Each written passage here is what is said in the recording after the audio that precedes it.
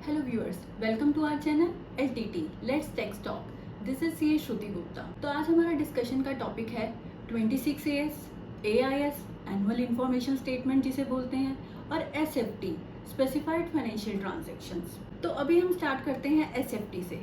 ये specified financial transactions क्या है और इसमें क्या क्या ट्रांजैक्शंस इंक्लूड की जाती हैं। सबसे पहले आता है कि ये SFT है क्या।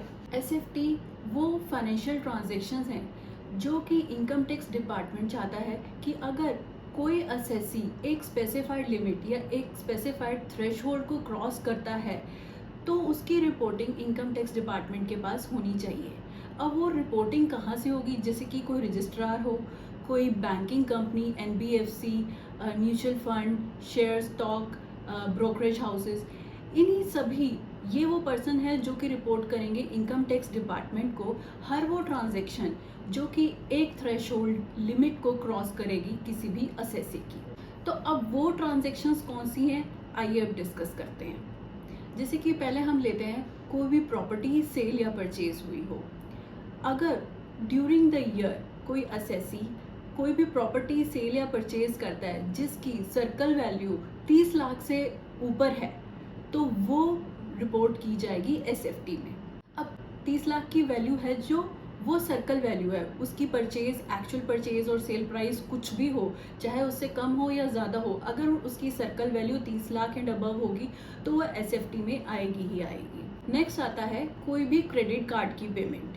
अगर कोई भी क्रेडिट कार्ड की पेमेंट कैश में की गई है 1 लाख या उससे ज़्यादा ड्यूरिंग द ईयर तो वो भी इनकम टैक्स डिपार्टमेंट को रिपोर्ट की जाएगी अंडर SFT। और other than cash mode 10 lakh या उससे ज़्यादा है वो भी इनकम टैक्स डिपार्टमेंट को रिपोर्ट की जाएगी। अब इसके पीछे रीज़न क्या है कि एक क्रेडिट कार्ड की पेमेंट को भी रिपोर्ट किया जाएगा। डिपार्टमेंट ये जानना चाहता है कि अगर कोई असेसी 1 लाख की कैश पेमेंट कर रहा है क्रेडिट कार्ड की, या 10 लाख या उससे ज़्यादा की other than cash mode payment कर रहा है, क्या वो अपनी इनकम उतनी शो कर रहा है कि वो उसकी क्रेडिट कार्ड की पेमेंट कर पाए, उसका सोर्स ऑफ इनकम है उतना। तो just to see whether the assessee has that पर सोर्स ऑफ इनकम कि वो इतनी बड़ी ट्रांजेक्शन्स कर पा रहे हैं, इसलिए SFT की रिपोर्टिंग इनकम टैक्स डिपार्टमेंट को की जाती है। अब नेक्स्ट आता है कि अगर किसी असेसी ने सेविंग्स अकाउंट में कुछ अमाउंट डिपॉजिट कराया है। अगर किसी असेसी ने अपने सेविंग्स अकाउंट में 10 लाख या उससे ज़्यादा अमाउंट कुछ डिपॉजिट कराया तो उसकी भी रिपोर्टिंग होगी। अब 10 लाख एक ट्रांजैक्शन नहीं है, एग्रीगेट अमाउंट इज़ 10 लाख। अगर पार्शली कोई 10 लाख अमाउंट लाइक 1-1 लाख 2-2 लाख करके डिपॉजिट कराया या मल्टीपल सेविंग्स अकाउंट में डिपॉजिट कराया अंडर वन पैन, तो उन सबको मिला के ड्यूरिंग द ईयर अगर 10 लाख या उससे ज़्यादा की ट्रांजैक्शन होती है तो उसकी भी रिपोर्टिंग इनकम टैक्स डिपार्टमेंट के पास जाती है। नेक्स्ट आता है किसी असेसी ने FD या RD बनाई है। अगर ड्यूरिंग द ईयर किसी असेसी ने एग्रीगेट अमाउंट जिन FD का 10 लाख या 10 लाख से ज़्यादा होता है तो उसकी भी रिपोर्टिंग की जाती है। अब यहाँ पे भी वही बात आती है, किसी एक FD का अमाउंट या RD का अमाउंट 10 लाख या उससे ज़्यादा नहीं होना चाहिए। कोई partial FD like multiple FDs बनाई है या मल्टीपल अकाउंट्स में FD बनाई है अंडर अ सिंगल पैन, अगर ड्यूरिंग द ईयर उनकी वैल्यू 10 लाख या उससे ज़्यादा हो जाती है तो हर उस FD और RD की इंफॉर्मेशन और रिपोर्टिंग इनकम टैक्स डिपार्टमेंट के पास होगी। अब नेक्स्ट आता है कोई असेसी अपने करंट अकाउंट में डिपॉजिट या विड्रॉ कर। अगर ड्यूरिंग द ईयर कोई असेसी अपने करंट अकाउंट में 50 लाख या उससे ज़्यादा अमाउंट डिपॉजिट या विड्रॉ करता है तो उसकी भी रिपोर्टिंग होती है। सपोज करते हैं कोई असेसी एक अकाउंट से अपने एक करंट अकाउंट से निकाल के दूसरे करंट अकाउंट में जमा कराता है 25 लाख और ड्यूरिंग द ईयर वो उसी करंट अकाउंट से निकाल के दूसरे करंट अकाउंट में 25 लाख जमा करा देता है। तो देखा जाए तो 25 लाख एक अकाउंट से दूसरे अकाउंट में ट्रांजेक्शन हो रही है, बट क्यूमुलेटिव ट्रांजेक्शन 50 लाख की हो गई है।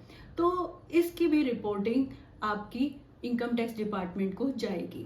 अब नेक्स्ट आता है हमारा कि कोई अगर during the year mutual fund purchase किए हैं, इक्विटी शेयर्स, यूनिट्स, डिबेंचर्स, ये सब चीज़ें ड्यूरिंग द ईयर परचेज की है जिसकी वैल्यू 10 लाख और मोर है तो इसकी भी रिपोर्टिंग की जाएगी हर वो कंपनी, डिपॉजिटरी या ब्रोकरेज हाउस जिसके थ्रू ये डील किया गया है वो अपनी इंफॉर्मेशन, अपनी रिपोर्ट डिपॉजिट करेंगे SFT में with the income tax department. From 2021 कुछ ऐसी SFTs भी हैं जो आपके AIS में भी शो होंगी, जैसे कि डिविडेंड। हर वो कंपनी, डिपॉजिटरी या ब्रोकरेज हाउस जो भी जिसके थ्रू भी आपको डिविडेंड मिल रहा है, चाहे उसके ऊपर TDS डिडक्ट हुआ है या नहीं हुआ है, चाहे वो कितना भी स्मॉल अमाउंट है, कितना भी ह्यूज अमाउंट है, हर उस डिविडेंड की इंफॉर्मेशन जिस भी कंपनी से मिला है वो भी SFT में रिपोर्ट होगी और आपके AIS में भी शो हो रही होगी। ऑल्दो 26 ईयर्स में तो हर वो ट्रांजेक्शन शो हो ही रही होती है जिसके ऊपर TDS डिडक्ट होता है, बट AIS में डिविडेंड के रूप में अगर आपका TDS कोई डिडक्ट हुआ है या नहीं हुआ है, आपको जो भी डिविडेंड रिसीव हुआ है उसकी इंफॉर्मेशन शो होगी ही होगी।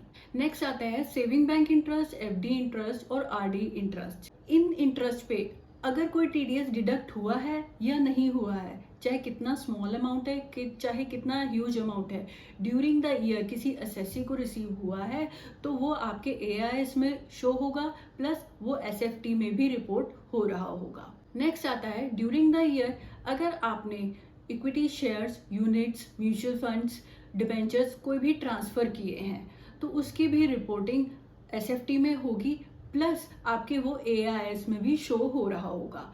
आप जिस भी डिपॉजिटरी ब्रोकरेज हाउस के थ्रू अपनी ट्रांजैक्शन करते हैं, जिस भी पैन पे वो ट्रांजैक्शन हो रही होगी, ट्रांसफ़र जिस भी पैन से हुए होंगे, हर वो यूनिट, हर वो शेयर जिस डेट को सेल हुआ है, जिस डेट को परचेज हुआ है, उसकी सेल वैल्यू क्या थी, हर वो ट्रांजैक्शन की डिटेल्स आपके AIS में शो हो रही होगी।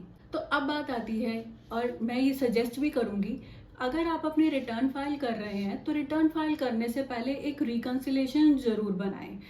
पहले जो भी आपने अपनी इनकम कंप्यूट की होगी उस इनकम ऑफ कंप्यूटेशन के साथ साथ अपना 26AS और AIS ज़रूर रखें और उनको आपस में रिकन्साइल ज़रूर करें कि जो भी आपने इनकम अपने आप कंप्यूट की है उसके अलावा अगर कोई इनकम 26AS या AIS में शो हो रही हैं तो उनको भी ज़रूर कंसीडर करें। कोई भी इनकम ऐसी ना रह जाए जो आप रिपोर्ट करना भूल जाएं अपनी इनकम टैक्स रिटर्न में। सभी इनकम्स को ज़रूर कंसीडर करें। अब बात आती है रिपोर्टिंग क्यों की जाती है इनकम टैक्स डिपार्टमेंट को। इनकम टैक्स डिपार्टमेंट ये जानना चाहता है अगर कोई असेसी कुछ अमाउंट इन्वेस्ट कर रहा है, स्पेंड कर रहा है, तो क्या असेसी का कोई वैलिड सोर्स ऑफ इनकम है या नहीं है। आप सपोज करिए कोई असेसी है, 80 लाख की कोई लैंड या बिल्डिंग परचेज करता है, बट वो अपनी रिटर्न 10 लाख की ही फाइल करता है, तो अब इनकम टैक्स ये जानना चाहेगी कि 80 लाख की प्रॉपर्टी तो उसने परचेज कर ली है, क्या 10 लाख की रिटर्न के अगेंस्ट उसके पास इतना वैलिड सोर्स ऑफ इनकम है कि वो 80 लाख की कोई प्रॉपर्टी परचेज कर सके। तो हो भी सकता है कि सपोज कीजिए आपके फादर ने कोई गिफ्ट दिया है, आपकी वाइफ ने कोई गिफ्ट दिया है जिसके थ्रू आप वो 80 लाख की प्रॉपर्टी परचेज करें, तो yes these are the valid proof और वैलिड सोर्स ऑफ इनकम जिससे आप ये प्रूव कर सकते हैं by which you have purchase the property. अगर आपके पास कोई वैलिड सोर्स ऑफ इनकम है तो आप कितना भी इन्वेस्ट कीजिए, कितना भी प्रॉपर्टी खरीदिए, कोई फर्क नहीं पड़े, बट आपके पास वैलिड एविडेंस, वैलिड डॉक्यूमेंट्स होने चाहिए। आई होप आपको इन सब पॉइंट्स पर क्लैरिटी आई होगी। इन केस फिर भी कोई आपको क्वेरी है, कुछ क्लैरिटी चाहते हैं, please do let me know through comment box या फिर ईमेल के जरिए। Thank you for today. Do subscribe to my channel. अगर मेरी वीडियो पसंद आई है तो हिट द लाइक बटन, मुझे भी मोटिवेशन मिलेगा कि मैं आपके साथ अपनी नॉलेज और शेयर करूं। Thank you, bye bye, stay safe.